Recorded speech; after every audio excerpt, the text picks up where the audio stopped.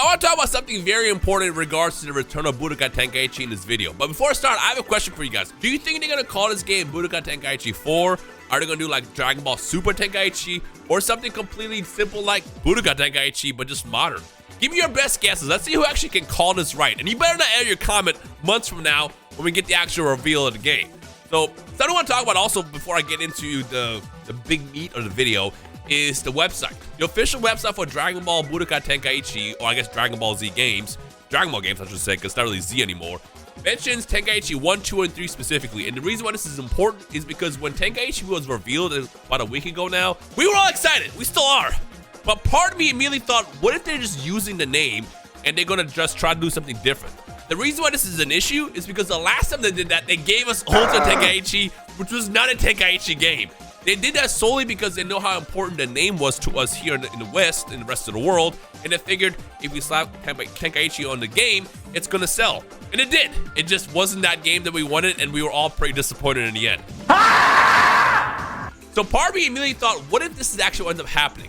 But then the official website came out, and the fact that the official website basically mentioned the Tenkaichi series for what it was. They said Tenkaichi 1, 2, and 3, how it had massive rosters and like special attacks that basically made Tenkaichi what it was. Gives me confidence that this is going to be basically the Tenkaichi series comeback that we grew up with. And that's incredibly important, like I said. Because, you know, the worst thing that could happen is they show us this game and they use a Tenkaichi name and it's something completely different. And that has a chance of being awful. But the fact that they mentioned the giant roster, that they mentioned all the special attacks that made the game unique and special to us growing up, is a very, very good sign for now. But with that said, we got to talk about the potential bad. So, one thing that made Tenkaichi a game that allowed a massive roster back in the 2000s era of the PlayStation 2 era, I should say, is the fact that a lot of these characters were copy and paste. You were able to release a character that, you know, you basically program like 10 different grab animations and you spread those 10 grab animations amongst the 160 characters that the game had. There's a lot of like basic attacks that they copy and pasted onto everybody. And Bandai is known for copy and paste characters. To be fair, with Xenoverse 1 and 2, and actually Fighters especially, but that was developed by ArcSys, which is a completely different thing. They have shown more love in the characters, and sometimes you'll see similar strings, but they're done differently, therefore it's not really technically a copy-paste attack. With Xenoverse, they definitely started doing more attacks over the course of, you know, the release of the game, where they focus less on copy and paste. Even though they reference some sometimes, they were still pretty unique. But again, the reason why they had to do that PS2 era was mostly because the system and the hardware was limited. You couldn't just create 160 characters in the game and then have everybody play differently. The hardware literally could not handle it. But now we're in an era where we have the PS5, we have PC, we have the Series X, not the Switch, but we have the main consoles where you actually have more freedom. So the big question is, if we were to get a massive roster in this game, let's say 160 characters, is it going to be plagued by copy and paste? Because even though that you might have the hardware not to handle it, would they even go that far ahead to, like, you know, make every character completely unique where stuff won't cross over, where you want to have the same grab animations every now and then, like the same string of punches and kicks? Will they do that? And honestly, I don't know. It's kind of a fear to think about, because one of the biggest critiques that Tenkaichi the series has always had was, oh, it's got 160 characters. Well, of course it does when it has, you know, really 40 characters and they just copied and pasted everything across the board. But honestly, at the end of the day, we didn't really care.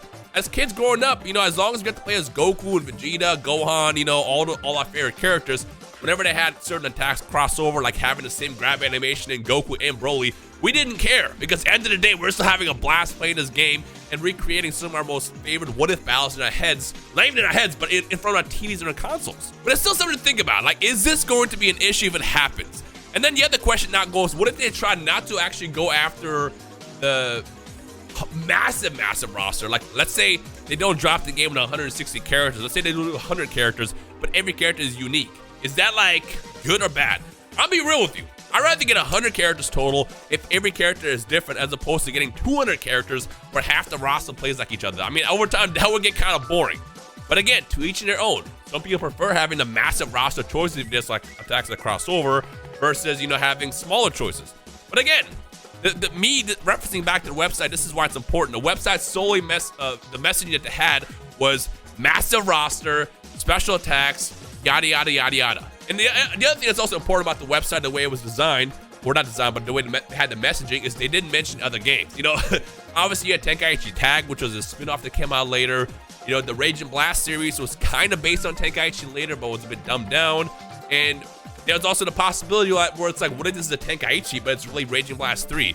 And again, this is why I'm bringing up the website so much, and why I think this is very, very important to think about as we go into the next cycle of this Dragon Ball game's release. And while we talk about the roster, the other important to think about is how are they going to handle what's going to be DLC and what's not. And I hate the fact that we're in this gaming world where this is a thing that always gets brought up and you have to talk about. Like, we at this point got to assume that it's going to be DLC at some point.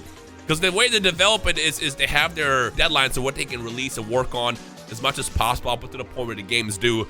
And anything extra will be kind of aimed to release later once the game is done. And then you can also tweak the balances and stuff like that.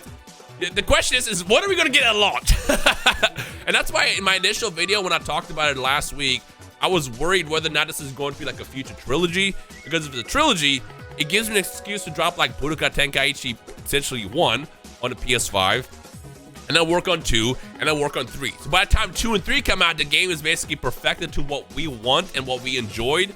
And then BT1 ends up being one of those games that we end up forgetting about when the sequence comes out. So it's like, I don't know, like there's a lot of worrying that we gotta kind of think about as we go into the release. Because the worst thing that could happen, and I know the entirety of the internet is going to be outraged at this, is if they get this wrong. Like, Bandai has the key to success here. They had the key to our hearts. They know what we want. They have literally 20 years of data of Dragon Ball games and how Tenkaichi was and what we want. And if they mess any of this up, it's going to be incredibly upsetting. Which I guess goes to the next question I have for you guys is, what's the one thing where if they don't have this, it'll be like the breaking point for you? You know, like if, for example, I know a lot of people are really into beam clashes and clashes. And while I have never been the biggest fan about clashes, I like clashes, but I didn't care about them as much as some. Because I remember when Xenoverse 1 came out, a big breaking point for some people were like, I'm not getting this game because there's no clashes. Like that's really what makes you not want to get the game. But a game like Tenkaichi, I feel like it's iconic and you have to have it. Literally the entirety of the internet is posting memes how they can't wait to beam struggle when a game comes out. You gotta have that with a game like this. But comment section below, what is like the breaking point for you if they don't have this specific thing in the game? They'll make you go, I'm good, I'm out, I don't care. I'm curious, what is that thing for you? But I actually am curious to know how they're gonna handle everything in regards to the state of the game now, you know? Again, we have more hardware to work with now. The PS2, like I said, was limited to the fact that it was the PS2. I mean, memory cards back then were 8 megabytes. That's kind of crazy to me. So I have a feeling that we won't have to really worry about copy and paste characters like that, but I also wouldn't be surprised that that happens. Again, once you get to the point where you're throwing it in every single character, that's when a lot of crossover happens where either they lack creativity in how to figure out how to make the character work, or they're just trying to cut corners. And remember, Tenkaichi 3 wasn't just about Goku and Vegeta fighting. We had characters like Yajirobe. You remember Yajirobe, how broken he was? And I fear that Yajirobe comes back in this game. Because in case you don't remember, what Yajirobe was able to do for his ultimate attack, or not even his ultimate attack, it was just, I think, L2 up circle for that move, was he was able to pop a Sensu Bean and heal all the way up after he got 3 bars. It was either like 3 or 4 bars, which is insane. The man had infinite health. He wasn't that good, but the fact that he could keep healing was crazy. But again, the beauty of Tenkaichi was you were able to start tapping into these characters that didn't exist in other games. That's when like the crossover begins to like kind of fall apart, where you're like, what else can we do for these characters? Just give them the Goku grab animation and call it a day. They had like what, Devilman, they had Arale, which I don't think she's coming back, but they had Arale, like I said, they had Roshi. Who else, what other like random characters did they have in the old Tenkaichi series?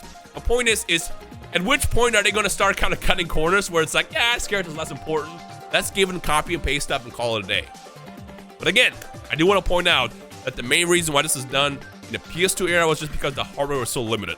Like, I feel like it wouldn't be able to run so many different abilities and characters that would be playable if it wasn't for these copy and paste moves. So, I don't know. We'll see, I guess. It's really difficult to do these talks like this when we have literally nothing. You know, even right now, people are still dissecting like that 4 seconds of Goku powering up. Like, is this a cutscene? Is this in game? We don't know. We don't know any of that stuff. But it is important to kind of talk about the what ifs and some of the things that existed in Tenkaichi series that was both good and bad, so we kind of have some kind of expectations with this game. Because the worst thing we want is to like basically create this hype that this is gonna be the most perfect game of all time, and the second they have one thing missing in it, that's when it's like, nah, I'm out, this game sucks, let's go back to Xenoverse, said nobody ever. So yeah, I guess just let me know your thoughts down below on, number one, how the whole roster thing should be, how you are expecting it to be, and of course the big one I want to know from you guys at this point is the breaking point of what will basically kill the game for you, like, and how big of a deal is it actually, you know? Like I said, ideally I want them to have planetary destruction, because again, the Tenkaichi and the Budokai games were known for that. You drop a spirit bomb, map blows up, transition to a new map. That was sick, you know? Even beam clashes, while I've haven't been the biggest fan in the past, I do like them. I do like them a lot. Whenever I said I'm not a big fan of the clashes, I don't mean I hate the clashes. I meant it was not a breaking point for me. So them not being in Xenoverse didn't make me go, I'm not playing Xenoverse because of that. But if you were to have them in future games, I'm all for it. I want that to be 100% clear. I am all for clashes because I want to be able to destroy my hand and go through $70 controllers once a month because of how hyped the fights can be. Like, I want that to be 100% clear. But yeah, just I guess let me know your thoughts down below, and then we'll see what happens. But in the meantime, man, I can't believe they gave us a 10-second clip and said, yep, this is enough for you guys for who knows how long. I need more information, Bandai. Y'all can't be doing this, man. Y'all can't be doing this to me. Anyways, thumbs up if you're excited for BT4, or I guess the next Budokai Tenkaichi game, whatever it ends up being called. And I guess stay tuned for more news, coverage, and talks on this game as we get closer and closer. By the way, the last thing I want to say is I strongly suspect that this is going to be a 2024 release and not anytime soon. Realistically, I feel like Q2. I would love Q1. If you guys know, they tend to always drop a new Dragon Ball game, like usually end of January and February after it's been announced months ahead. And I feel like I wouldn't be surprised if it does come out like in February or January. But at the same time, because this is still so early development and they didn't show us anything until we get closer to maybe like the TGS, which is like what, in the fall, and Jump Festa, I feel like Q2 probably makes more sense. Worst case scenario, it's Q3, which is a long ways away. But hey, if Bandai needs time to cook for this game, by all means, cook. We waited 17 years. We can wait another year for you guys to perfect this game, okay? I'm perfectly okay with that.